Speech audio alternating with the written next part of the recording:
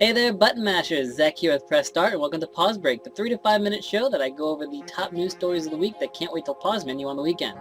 So today's story is actually related to Batman Arkham Origins. It released this morning at 12 a.m. A lot of you guys have already probably been playing it, some of you made it to the midnight releases. For those of you who actually took the time to watch this video instead of playing the game, thanks for that. I gotta admit, unfortunately I actually have not played any of those games yet. Personally, I find it because of what I really want to talk about, hype games. Those are games that I classify as being games that are launched well before they have a lot of polish or really a good game, trying to get out during the hype of some fad or movie or book or something to make money off of the hype. I actually really got soured to this right in the beginning from a game most of you know as Spider-Man 3. I loved Spider-Man 2. It was actually a really well done movie-based release. It really did follow the movie, but it actually had its own story to it. It was a game. It actually had gameplay. And then Spider-Man 3 came out, and everything that made Spider-Man 2 great, they took out. And from then on, I just remembered having a lot of other problems with games, and that's just the one that I really remember because it was just a big letdown. I liked the second one so much.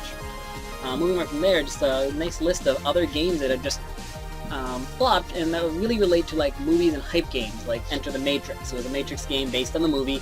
Even though they followed different characters than what followed the movie to try to explain the parts you didn't see in the movie, it still felt horribly because they rushed out a game that wasn't really finished or polished, and it fell apart. And I couldn't believe that this game that was based on a world that just had so much that it could make a game out of fell apart. You also have, of course, Catwoman was actually made into a game, a very badly done movie on an interesting character. They decided to make a game out of it too, just again based on the hype that Halle Berry was playing Catwoman.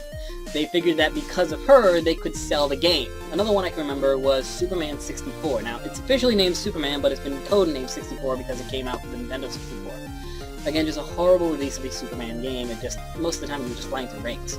Another really surprise was Iron Man 2.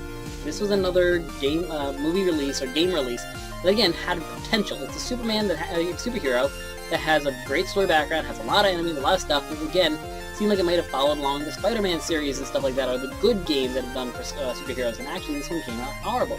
They were banking on the hype that Iron Man movies were just getting, this amazing movie series that was coming out, people were watching it, they were making tons of money, like, ooh, let's make a game quick, let's make it a game, put it out, and people will buy it, because it's Iron Man, it has the name on it. I was seeing a pattern here though.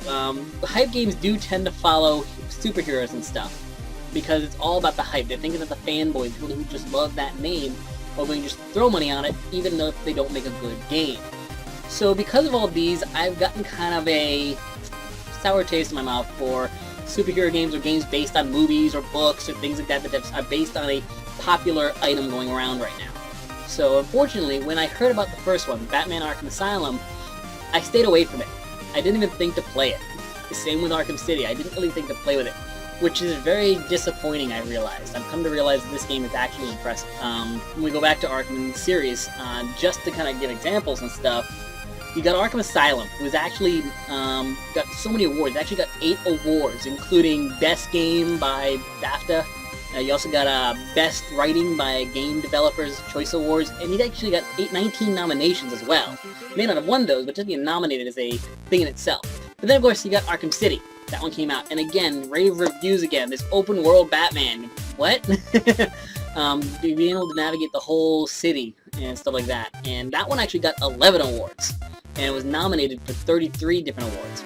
Some of the awards it got was like Best Video Game Script from the Britain's Writers Guild. And Spike Video Game Awards gave them, I think, 4 awards right there. You got Character of the Year, the Best Xbox 360 Game, Best Adapted Video Game, and Best Action Adventure Game. So, very impressive awards right there for that game. And again, I didn't touch it, and I have to admit, I'm very disappointed in myself for doing that. I've watched some videos of the most recent one that came out, and I'm very impressed by it. So I'm actually in the process of getting the original 2. I'm going to give those a play. But pretty much my main topic, like I said, was the hype games. I got soured to certain games that I've missed out now because of hype, thinking that I'm going to get let down. What has hype done for you? Certain hype games. You bought a game that you were thinking this is going to be awesome because of maybe the name, the developer, the characters in it, the idea behind it, and you went to play it and it just let you down. Did you find any of those games like that? Have you thought a game might be like that and it ended up being a good game and you had to go back later to play it after all your friends had already told you the ending? Evil friends. So let me know what you guys think about hype games and launches like this, and what kind of happens when a game comes out in a rush. Leave your comments down below. If you actually bought the game, the most recent one, let me know how it's going so far. Are you liking it? Give me a like if you liked the video. Favorite the show to your friends so they can join in on the conversation. If you haven't hit that subscribe button yet, it means a lot and helps out the channel if you do so. I'm Zach Press Start. Thanks for watching. Keep pressing those buttons. Take care.